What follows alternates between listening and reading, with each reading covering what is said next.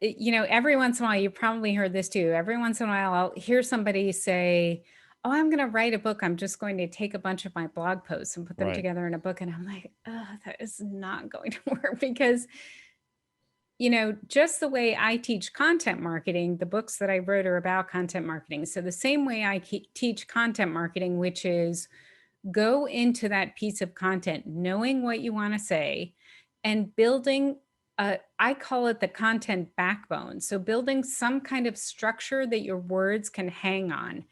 And that is, you know, it's basically your headline, your subheads, you work through what your, you know, what argument you're going to develop in your piece of content, your overarching message and all of that.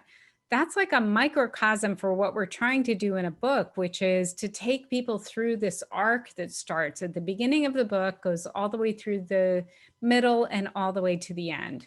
You want to have that kind of mapped out ahead of time so that when you sit down and write, you know which part of that journey you're actually writing to.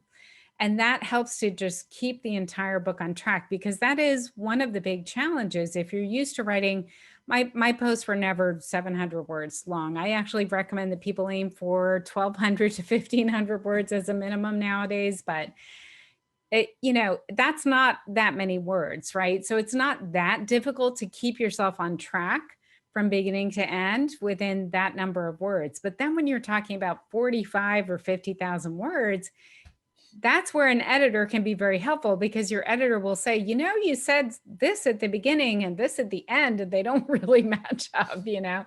So it can be so helpful to have it sort of mapped out ahead of time. And a tool like Scrivener can be really helpful for that because it just gives you tools to be able to sort of think through how you're going to develop your information and take the reader through this journey that starts from chapter one and ends in the appendix, basically.